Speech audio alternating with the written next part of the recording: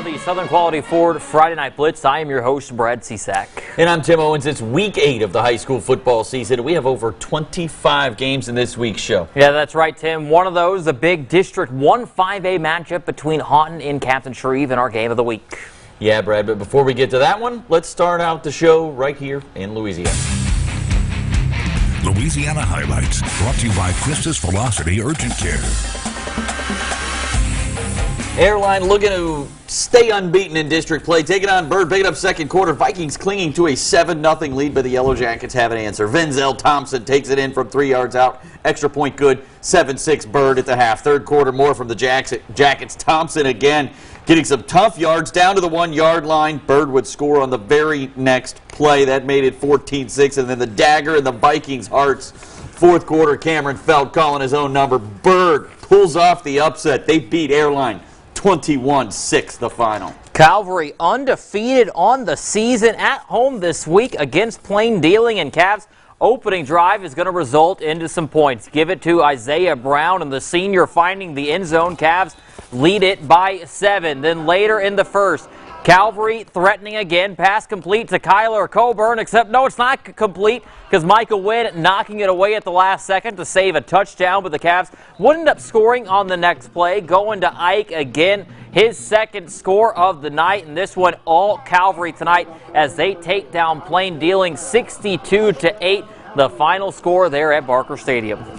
Huntington hosting Franklin Parish at Independence Stadium. Third quarter, Huntington down 2. DeMaja Riley is running through tacklers before finally being taken out of bounds. Next play, Riley with the carry, and he carries tacklers into the end zone for the touchdown. Raiders take an 18-14 lead. Next drive for Franklin Parish, and the Huntington Raiders make the receiver turn the ball over. It is a completed pass, and then the ball is on the turf. That's why the coaches tell you just to go down. And Huntington recovers. Fourth quarter, Jarrell Joseph going to hand the ball off to Dre Joseph. And he is going to put the Raiders inside the red zone with that run. Finally being taken out of bounds inside the red zone. And then DeMaja Riley takes the handoff, and he scores for the second touchdown of the night. Raiders go up 24-14, and that's how this one would end. 24-14 the final.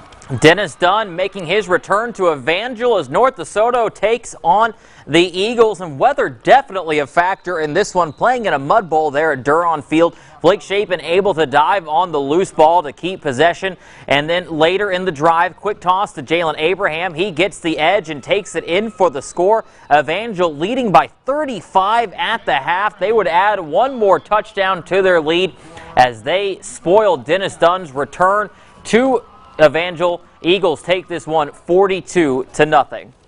In 3A, Bossier and Mansfield meeting up in a district clash, picking up first quarter. The Wolverines going to strike first here. Brad, Jamarlin Walker taking it straight up the gut and into the end zone. Just like that, 6-0 Mansfield with the lead. You barely see them. The rain was coming down so hard. Later in the quarter, Mansfield looking to punt. Jamie Scroggins with the booming kick. It's going to be fielded by James Davis, but Darnell Youngblood bringing the wood to Bossier Parish tonight. He laid it on him. Great job by Davis to hang on to the ball. And the Bearcats, though, would have an answer. Coleman Beeson finding Davis. This is the very next play, Brad. Over the middle, and he does the rest. He's into the end zone. All Bossier from there. They win this game 41-22 the final. Let's stay in District 1 3A. Loyola and North Webster squaring off for the district lead. First quarter, North Webster forcing a Loyola turnover. Knights say they have it, and the refs are going to agree. And then North Webster with the ball inside the 5-yard line, and Jaquez Thomas finding the corner of the end zone. North Webster going to go up 8-0 after they would convert a 2-point conversion. Now the Flyers back on offense, and they're going to start to drive down the field. Jacob Lafitte scrambling.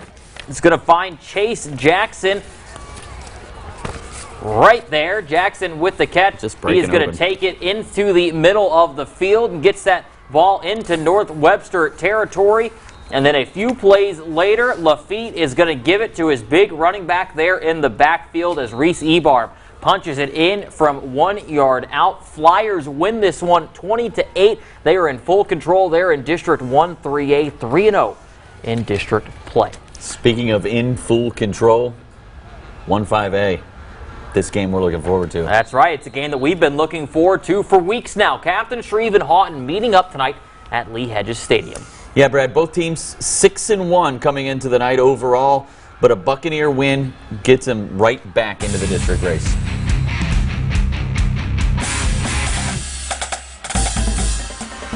Stadium and a big game in District 1 5A play as the 4-1 Haughton Bucks look to hand the Captain Shreve Gators their first loss in district play. Now, when you think of these two teams, you might think of their explosive offenses. Both of these teams have put up over 250 points up to this point in the season, and while this game was not a shootout, that didn't mean it lacked in excitement. Let me show you as we get into the highlights from our game of the week.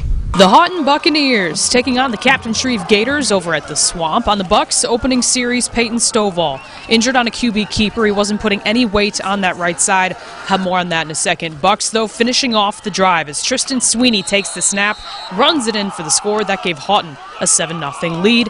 That was the score at the half. Third quarter now, CJ McWilliams in at quarterback. He feels the pressure, tries to get the ball out, but it's tipped in the air, and Colton Norwood all over it, taking it all the way the other way to get the Gators on the board, tying this game up. It's now 7-7. Moving ahead, Bucks jumped off sides on an attempted Shreve field goal, and the Gators, they'd find Pater again. Kendrick Law running the Wildcat takes it in to put Shreve up 14-7, and that's how this one would end. Gators getting the 14-7 win. Let's hear from the team right after.